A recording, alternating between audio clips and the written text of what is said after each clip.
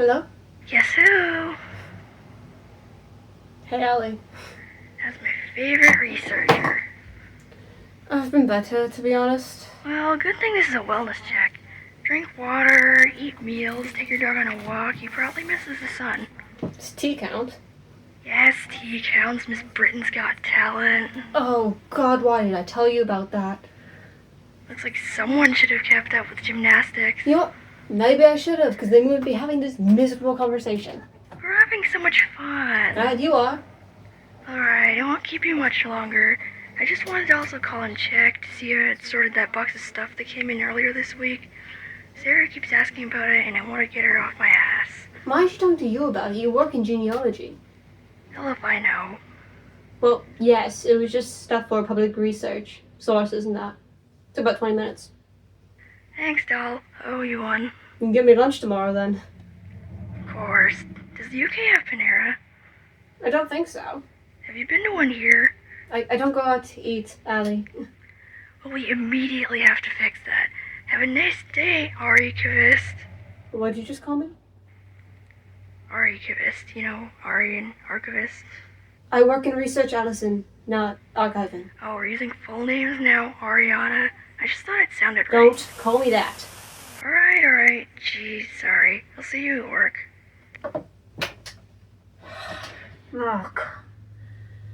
Bloody hell. Statement of Isabella Martin regarding her shadow. Statement given April 22nd, 1999. Statement recorded July 16th, 2025. Aria Mays Luther, previously affiliated with the Magnus Institute, London. Statement begins.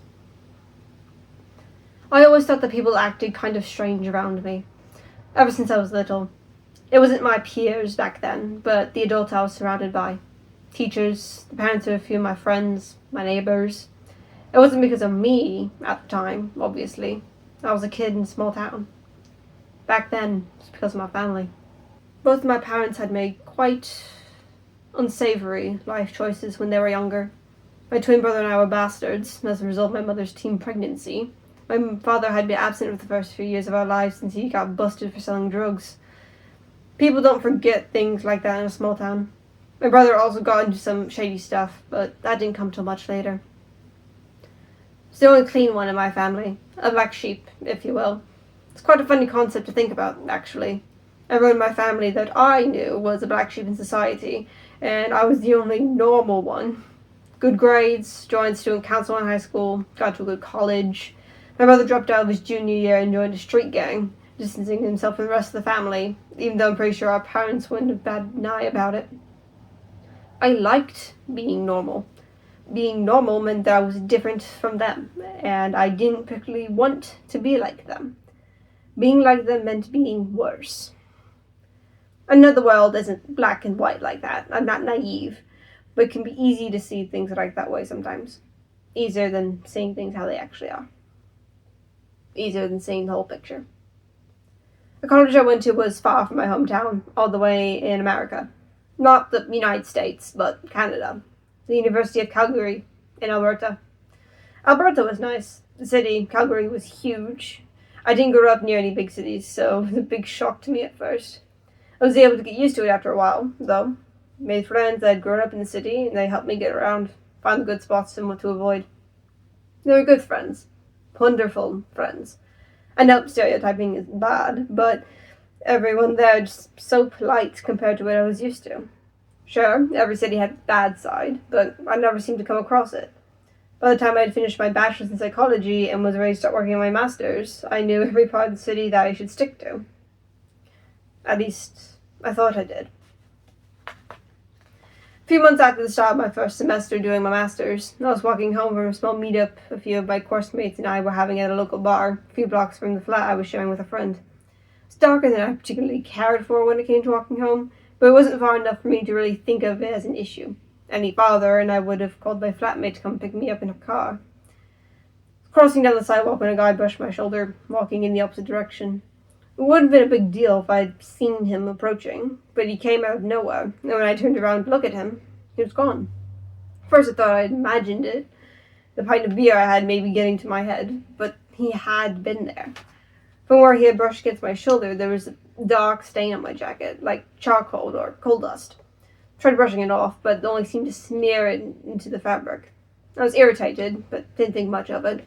A little got into my hand, and it wouldn't come off, even when I took a shower and almost scrubbed my hands raw.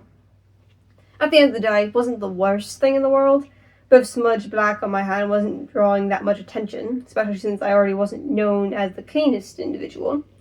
No college student really is, to be honest, so I eventually forgot about it for a while, almost as if it was a birthmark or a tattoo. I'd gotten used to seeing it as less of a blemish and more of something permanent, something that was just there.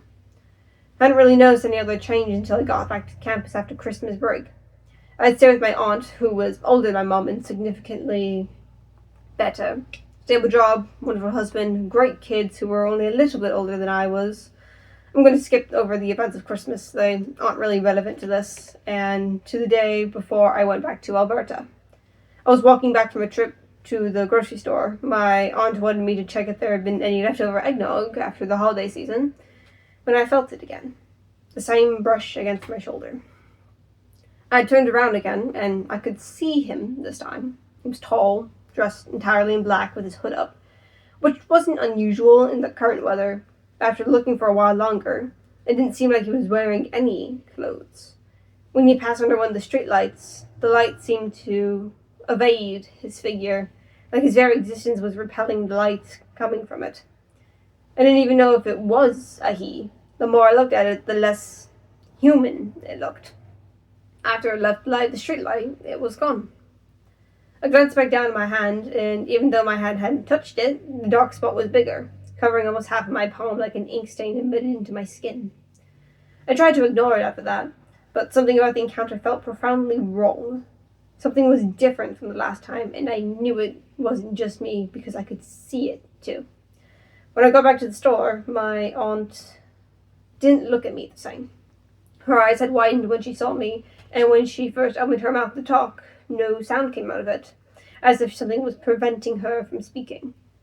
After a moment, she had plastered a fake smile on her face and asked if the grocer had any eggnog left, her face tenser than before. I thought I was imagining her reaction at first. Maybe the encounter had messed up my head a little, and I could just sleep it off. No big deal. But it kept happening. In the taxi, at the airport, both airports, when I got back to campus, it kept happening. The same look of horror crossing people's faces, the almost airless attempt at talking before changing their expression like nothing had happened. Others started becoming more distant. Their looks grew from horrified to wary, which seemed even worse somehow. My roommate stayed, but she didn't really talk to me, only brief conversations in passing. I relished those conversations. They were the only true ones I had since then. There seemed to be this bubble around me in public spaces. People refused to crowd around me like they knew something I didn't. I never really knew why until I saw the mirror. I like thrifting, usually clothes because it's cheaper, and people usually donate a lot of good stuff into the college. Sometimes I'll find a cool knick-knack or like that one lamp now in my room, but that doesn't happen as often due to the huge price jump between the two. This mirror was different. It was full length with an ornate tarnished brass-like frame. It looked ancient and something that you'd find more commonly at an estate sale rather than a cramped thrift shop in Calgary.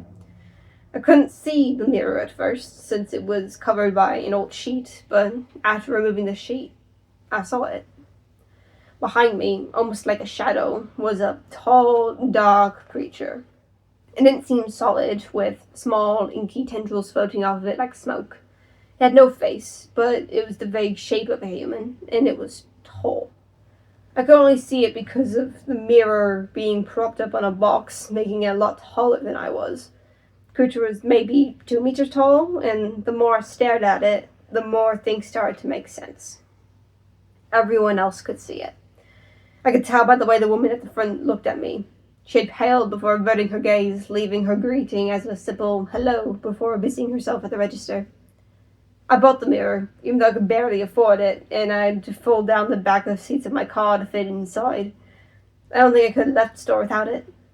It was like something had been missing before. But I have it now, and it's all fine. Wish I didn't have to have it, but I do. That's why I'm here. If anyone can get rid of this, it's you guys. I hope. Statement ends. I guess it seems like one of the more mild statements, just someone's shadow. Definitely dark, though kind of felt like lonely with isolation elements. It was really weird. Ali referred to me as archivist earlier, and this can't be happening. No. I refuse to let this happen. They're just statements. I'm not an archivist. I'm not an archivist. End recording.